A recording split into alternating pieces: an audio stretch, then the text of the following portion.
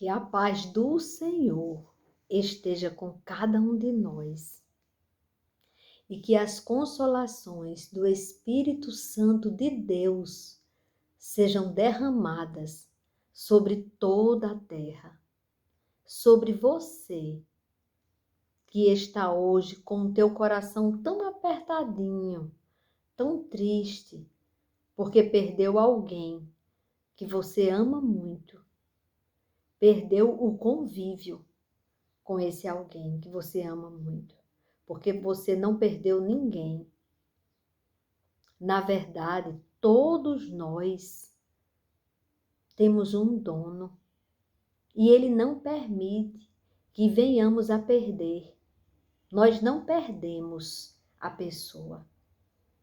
Essa pessoa que você tanto ama, ela está viva, mais viva do que quando estava aqui.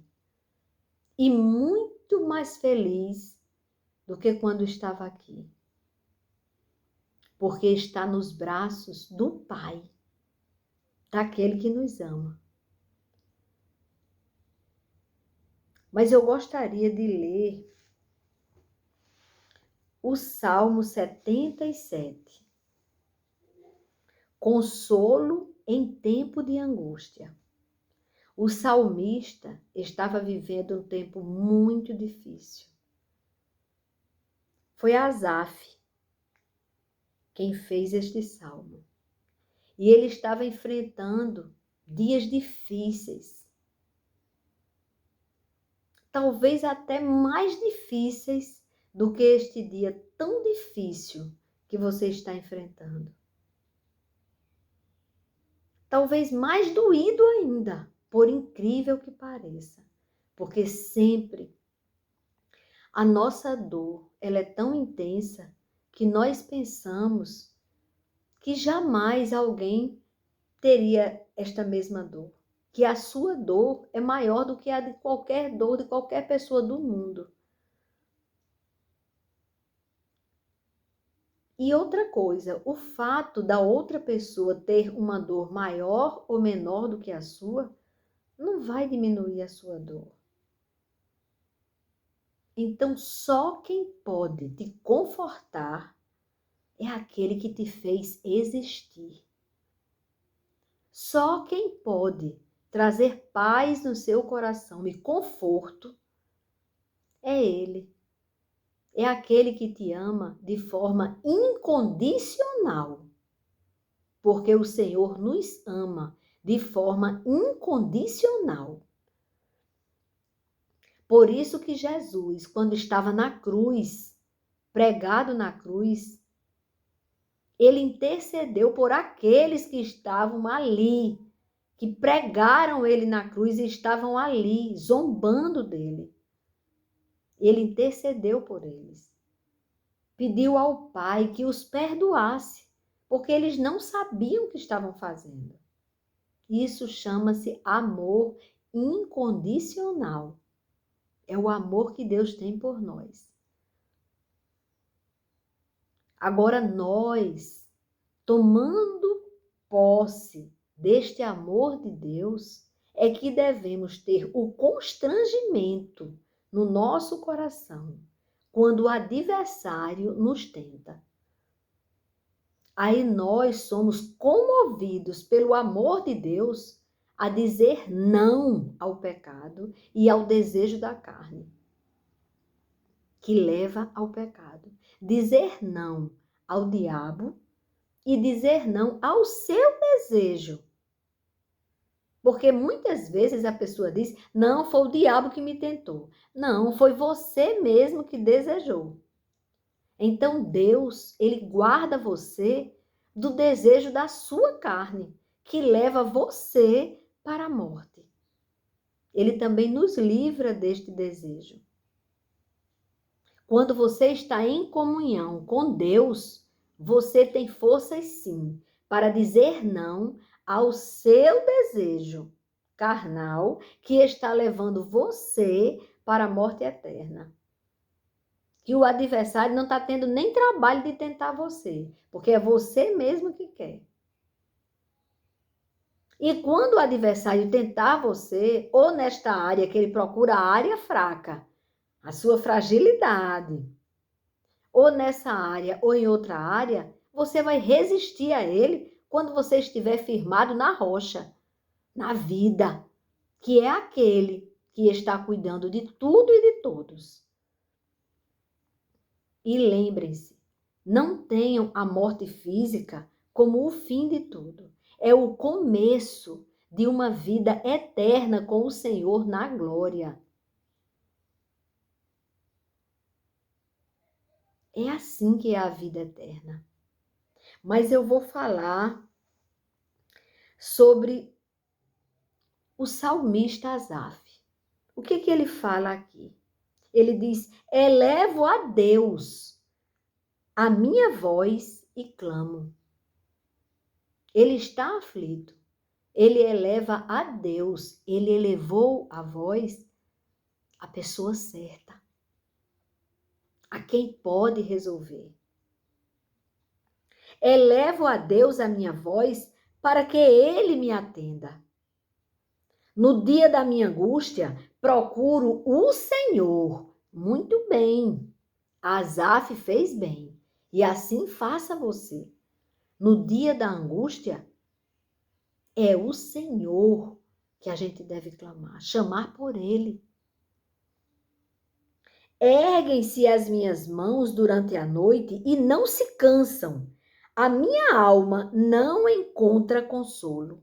Ele está em desespero. Lembro-me de Deus e começo a gemer. Medito e o meu espírito desfalece. Ele não encontra conforto. Nos primeiros momentos da oração dele, ele não encontra o conforto. Ele busca o Senhor e pensa que o Senhor se esqueceu dele. É assim no momento de desespero. Mas lembrem-se, o Senhor jamais esquecerá de nós. Oh, aleluia! E ele prossegue. E ele diz ao Senhor: não me deixes pregar os olhos, tão perturbado que estou, que nem posso falar. Ele não sabia nem orar. Ele estava numa situação tão difícil. Sabe aquele momento que você não consegue nem concatenar as ideias? Você não consegue orar mesmo? Assim estava Asaf. E ele disse: penso nos dias de outrora. Olhe, ele não encontrou ali o alívio. Aí ele foi buscar na memória dele. Penso nos dias de outrora. Trago à lembrança os anos de tempos passados. De noite, indago o meu íntimo e o meu espírito pergunta. Olha as perguntas que o espírito dele fez. Será que o Senhor nos rejeitará para sempre? Olha o que o desespero nos leva a pensar uma coisa tão absurda. Será que o Senhor nos rejeitará para sempre? Ele esqueceu que as misericórdias do Senhor se renovam a cada manhã. Mas no desespero acontece isso. E eu não o julgo. Quantas vezes, né, o homem pergunta isso? Será que o Senhor nos rejeitará para sempre? Acaso não voltará a ser propício? Cessou perpetuamente a sua graça? Claro que não. Claro que não.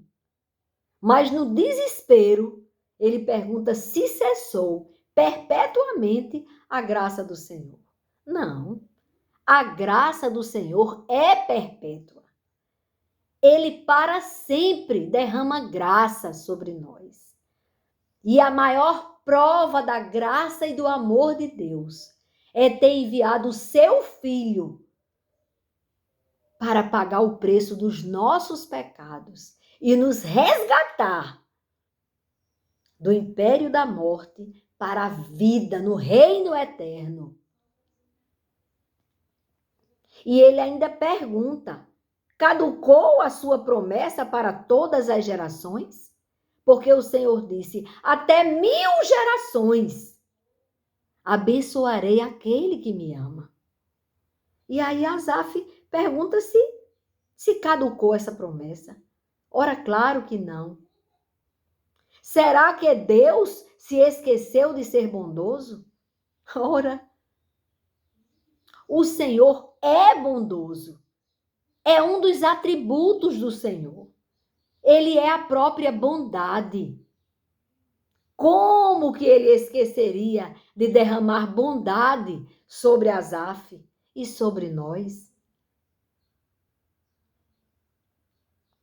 E ele ainda faz a última pergunta: ou será que encerrou as suas misericórdias na sua ira? Olha o que ele pensa.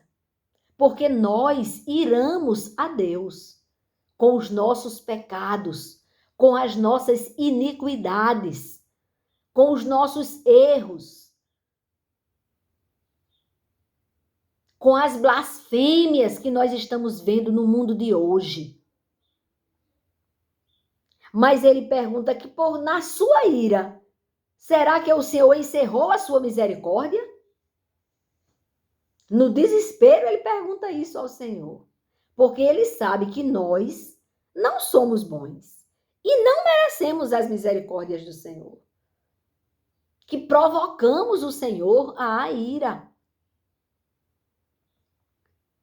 Mas olha o que ele diz no versículo 10. Então eu disse: esta é a minha aflição.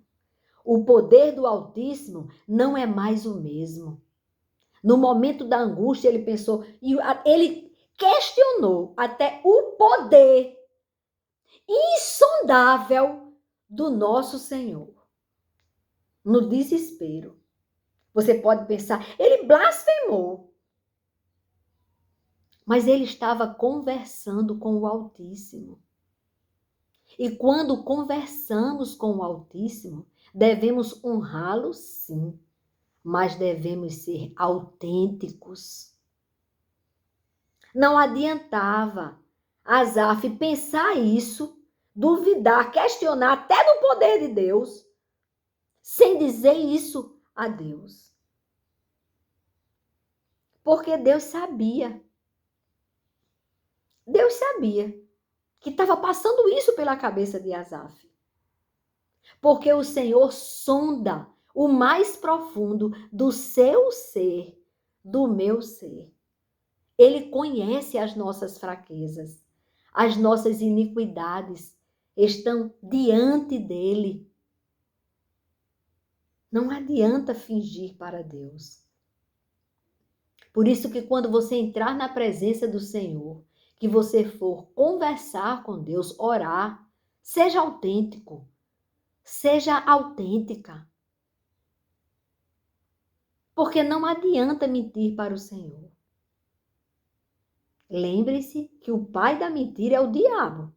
Deus não quer mentiras e nem disfarces. O Senhor sabia que em todo este grito de dor havia amor a Deus e respeito.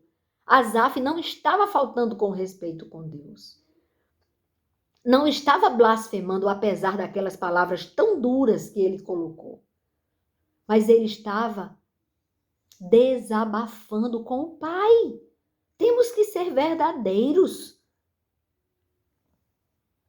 E aí, ele diz, olha como ele ama o Senhor. Recordarei os feitos do meu Senhor. No lugar de ficar aqui pensando, duvidando do poder de Deus, eu vou lembrar do poder de Deus. Eu vou lembrar do que Deus já fez na minha vida. E Asaf era testemunha dos grandes feitos de Deus. Recordarei os feitos do Senhor. Certamente me lembrarei das tuas maravilhas, da antiguidade.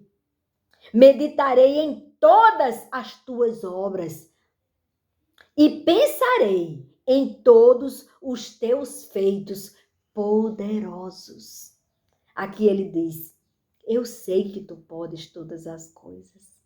Aqui ele está dizendo: eu lembro dos teus feitos poderosos. O teu caminho, ó Deus, é de santidade. Imediatamente ele deve ter buscado ali na memória dele, no processo da mente dele, que o que Deus queria era santidade, era a separação do mundo. Andar em santidade é andar separado do mundo. O mundo jaz no maligno. Andar em santidade é buscar em Deus forças para não pecar. O teu caminho, ó Deus, é de santidade. Que Deus é tão grande como o nosso Deus? Ele pergunta. Agora, esta pergunta dele é agradável ao Senhor.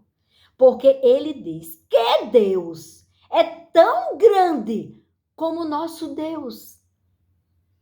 Não há outro Deus. Além de ti, Senhor, não há outro Deus.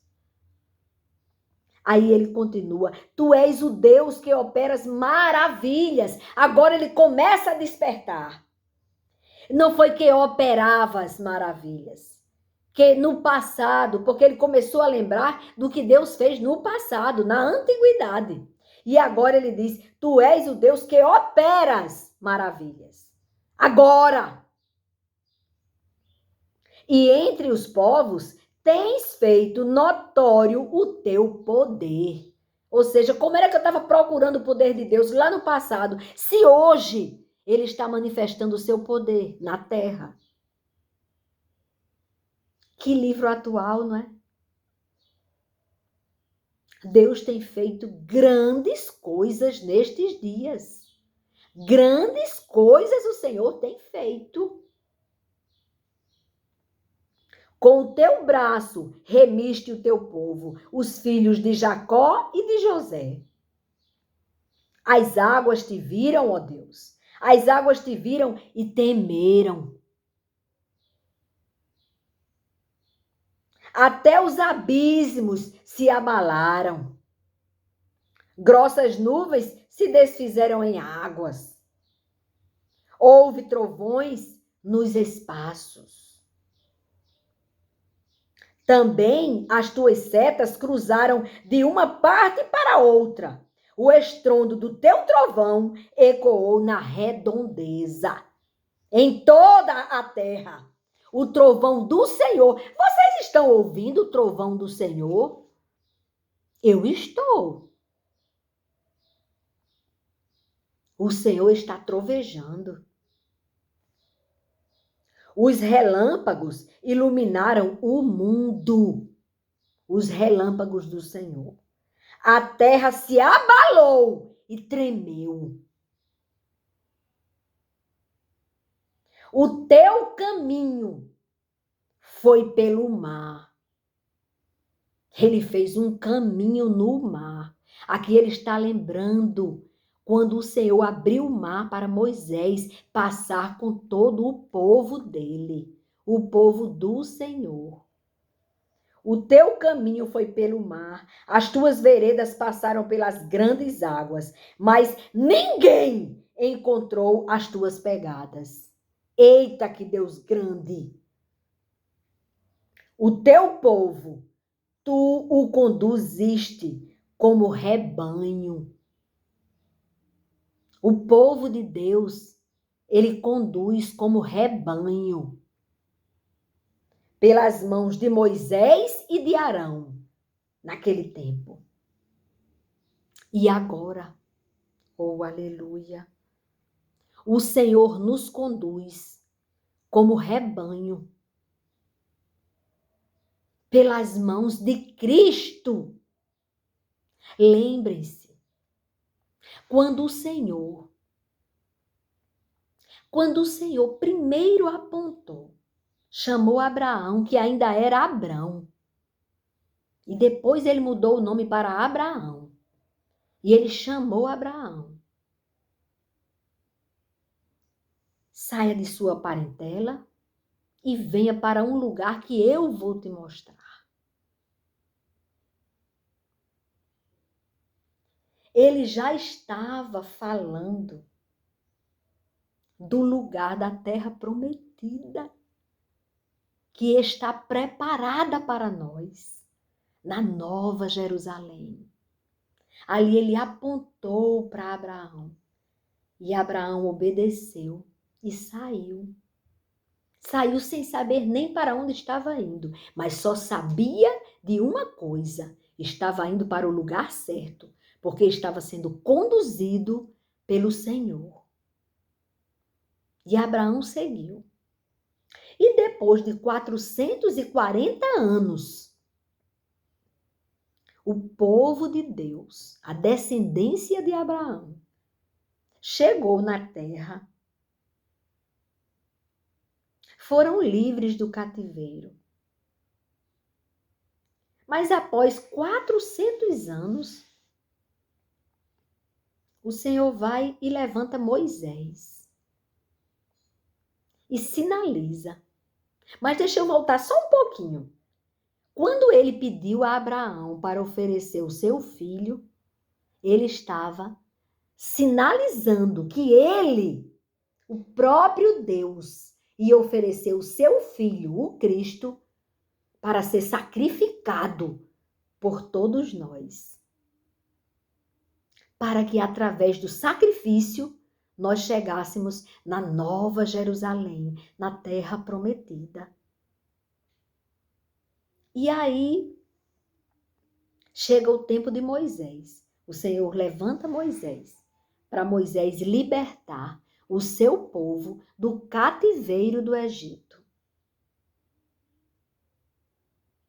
E ali Moisés já simbolizava o Cristo, que ia tirar o povo do cativeiro, da morte eterna para a vida. E aí Moisés cumpre aquilo. Por isso que ele lembra aqui no Salmo 77. Ele lembra no versículo 19 a 20, os dois últimos versículos.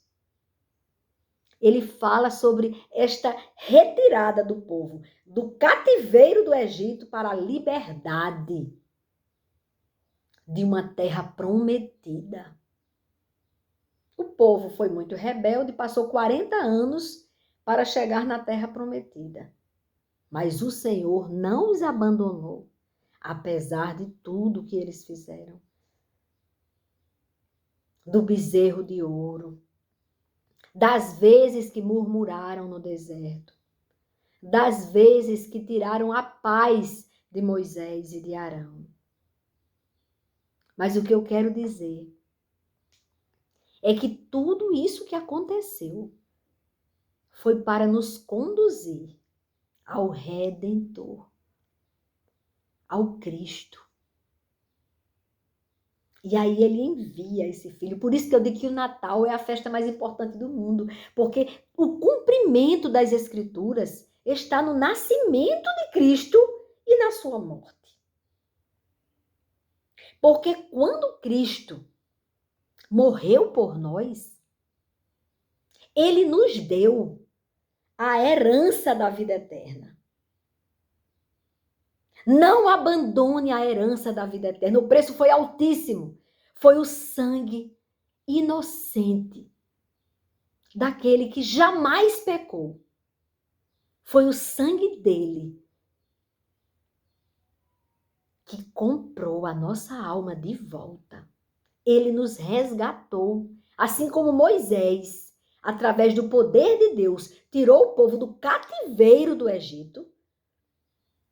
Assim o Senhor Jesus, através do seu sangue derramado na cruz do Calvário, pagou o preço dos nossos pecados para nos tirar do cativeiro, da morte eterna do mundo para a vida eterna, para a nova Jerusalém que nos aguarda. a uma nova Jerusalém. Então, estas pessoas que hoje você chora por elas, porque foram recolhidas, porque foram para a glória, entenda, elas estão nos braços do Pai, usufruindo da presença maravilhosa do nosso Deus Altíssimo. Alegrai-vos,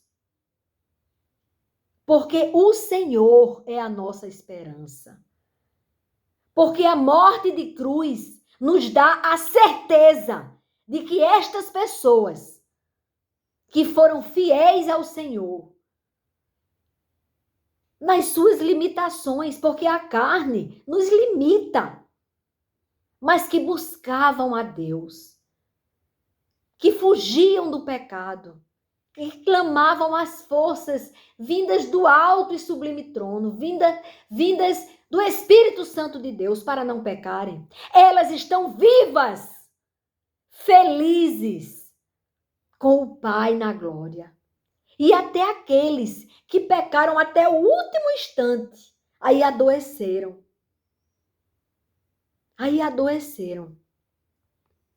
Mas se arrependeram. No último instante, disseram: eu quero esse Jesus para mim. Eu quero esse que me amou primeiro, que me amou mesmo sabendo que eu vivia em pecado. Eu quero ele para mim. Ele está agora vivo nos braços do Pai, porque Jesus disse ao ladrão, aquele ladrão que se arrependeu. Ele disse: hoje mesmo estarás comigo na casa do meu Pai. Então ele é a nossa esperança. Não pense que a pessoa que morreu acabou. Ela está viva nos braços do Pai. Alegrai-vos, continue com sua missão. Sabe por que você não foi? Você até pegou o vírus, ou não. Você até adoeceu. Você foi curado de um câncer. Mas sabe por quê? Porque Deus ainda tem serviço para você. Arregace as mangas e vá trabalhar para o Senhor. Vá servi-lo. Socorrendo aquele que está com fome. Fome de alimento, muitas vezes. E fome da alma, a alma doente, precisando do alimento. E você tem o alimento. Fale deste alimento. Dê o pão que alimenta o espírito. Mas não seja dissimulado ao ponto de chegar para uma pessoa que está morrendo de fome e você pode ajudar essa pessoa e você faz: que Deus te abençoe, Jesus é bom, viu? Vá com Deus. Não faça isso, porque o Senhor vai perguntar: eu tive fome, me deste de comer? Tive sede, me deste de beber?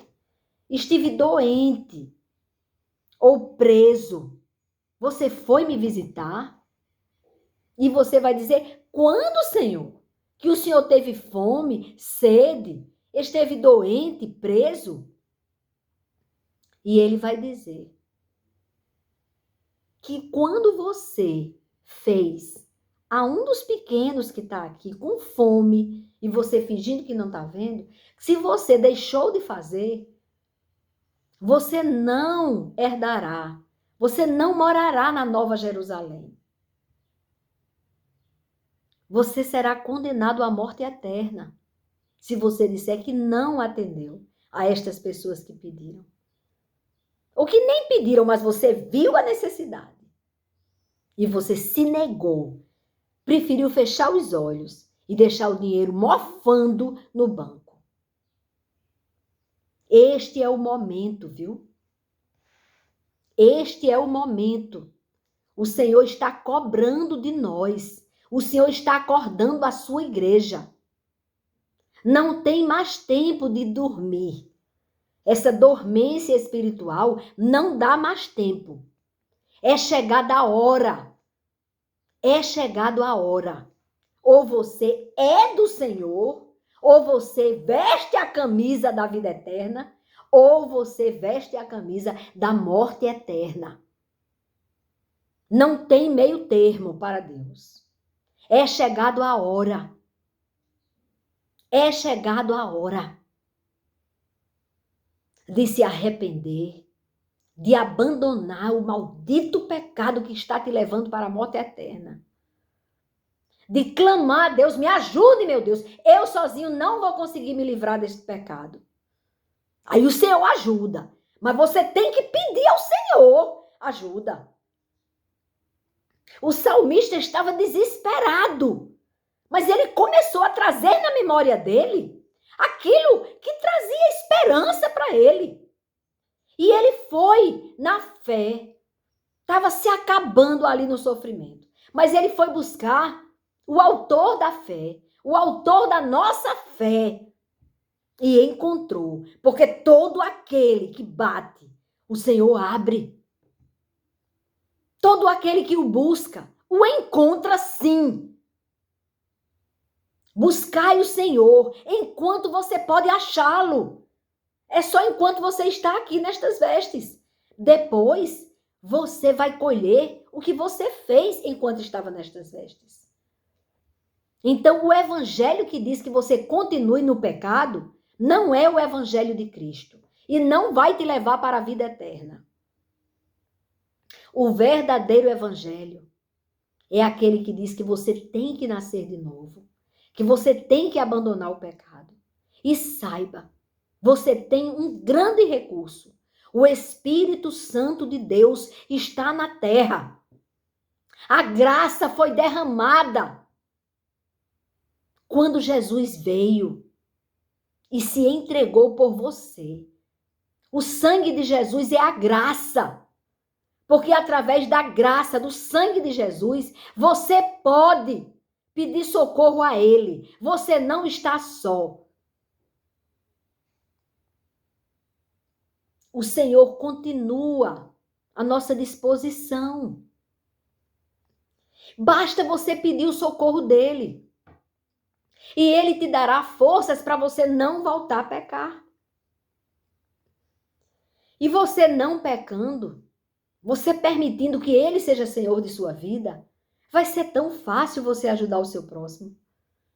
Vai ser tão fácil, no dia que o Senhor Jesus perguntar, você dizer, sim, Senhor, eu fiz, porque o teu Espírito, eu permiti que habitasse em mim.